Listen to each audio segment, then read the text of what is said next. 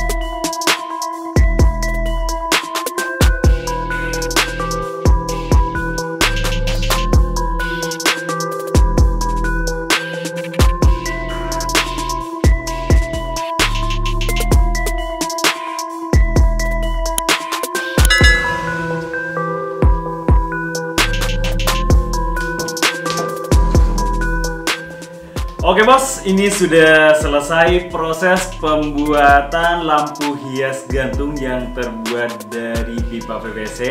Dan seperti yang saya bilang di awal, ini merupakan ide atau inspirasi bisnis yang cukup menjanjikan bos. Karena hanya terbuat dari barang-barang sederhana, dijadikan lampu hias gantung yang sangat cantik, sangat keren, dan tentunya juga sangat minimalis bosku.